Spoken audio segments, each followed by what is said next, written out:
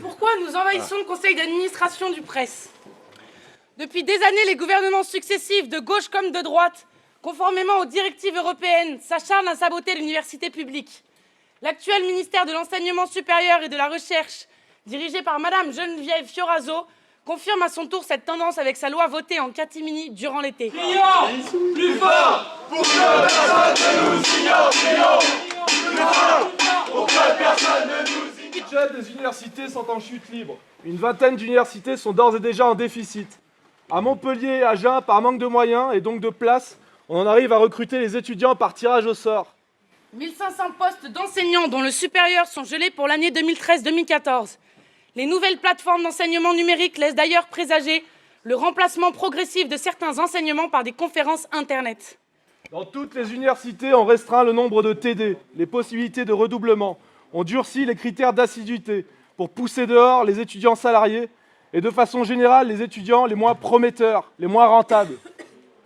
Le budget de la recherche sont considérablement amoindris. Des laboratoires fusionnent ou menacent de fermer dans toutes les villes.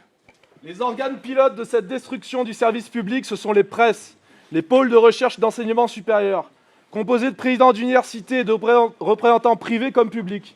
Une cohorte d'experts chargés de transformer l'université en un système à deux vitesses.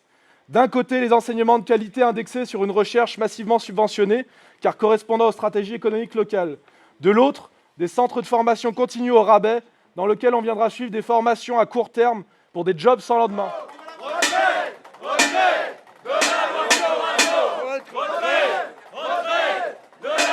L'accès à un enseignement supérieur de qualité est un droit pour toutes et tous, car il est synonyme d'enrichissement personnel et de possibilités d'emploi stable.